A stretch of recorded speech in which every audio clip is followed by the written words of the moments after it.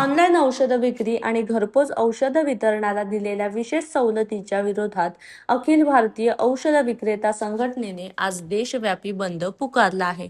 या बंदमध्ये कोकणातील रत्नागिरी, सिंधुदुर्ग आणि रायगड जिल्ह्यातील सुमारे 4000 औषधे विक्रेते सहभागी झाले असून रत्नागिरी जिल्ह्यातील तब्बल 750 औषध दुकाने बंद ठेवण्यात आली आहे। अखिल भारतीय औषध विक्रेता संघटनेच्या अहवालानुसार आज देशभरातील औषध विक्रेत्यांनी 24 तासाचा बंद पाळला। ऑनलाईन औषध विक्रीमुळे बनावट औषधांची विक्री वाढत असल्याचा तसेच वैद्यकीय चिठ्ठीशिवाय औषधे उपलब्ध होत असल्याचा आरोप विक्रेत्यांनी केला आहे। सरकारने घरपोच औषध वितरणासाठी दिलेल्या विशेष सवलतीवरही संघटनेने आक्षेप घेतला। या निर्णयामुळे छोट्या औषध विक्रेत्यांवर आर्थिक संकट ओढवल्याचे विक्रेत्यांचे म्हणणे आहे। रत्नागिरी, सिंधुदुर्ग आणि रायगड जिल्ह्यातील बहुसंख्य औषध दुकाने बंद ठेवून विक्रेत्यांनी आंदोलनाला पाठिंबा दिला। रत्नागिरी जिल्ह्यातील सुमारे 750 औषध दुकाने बंद असल्याची माहिती अखिल भारतीय औषध विक्रेता संघटनेचे कोकण विभाग उपाध्यक्ष उमेश शिंदे यांनी दिली आहे। ऑनलाईन औषधाच्या मागणीच्या संदर्भात काय सांगाल?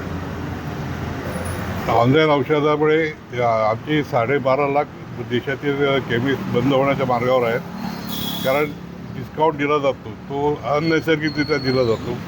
आम्हाला जर का 10 आणि 20% मार्जिन आहे तर हे 30 ते 40% मार्जिन देतात कुठून? आणि ह्याच्यामध्ये सगळ्यात मुख्य धोका असा आहे की जी नशेची औषधं ऑनलाईनद्वारे इझिली मिळतात आणि लोकांमध्ये नशेचं प्रमाण वाढायला ते कारणीभूत आहे। सामाजिक आरोग्य बिघडण्याची शक्यता आहे आणि DPCO ॲक्टप्रमाणे आमचा व्यवसाय चालतो। ऑनलाईनला कुठलाही DPCO ॲक्ट लागत नाही, त्याला कायद्यात आणि सरकार त्यांना कायदेशीर परवानगी देण्याच्या मार्गावर आहे।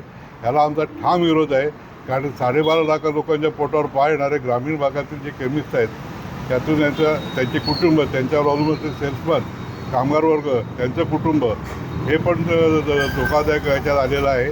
तरी सरकार आमच्या मागण्या वेळ पण देत नाही। आम्ही ज्या त्यांचा पाठपुरावा करतो, पंतप्रधान मोदी असो, केंद्र शासनाचे मिनिस्टर असो, कोणी आम्हाला अजूनपर्यंत वेळ दिली नाही या विषयात आमचं म्हणणं ऐकायला। त्यामुळे आम्ही लक्षवेधी करता 1 दिवसाचा बंद केला आहे।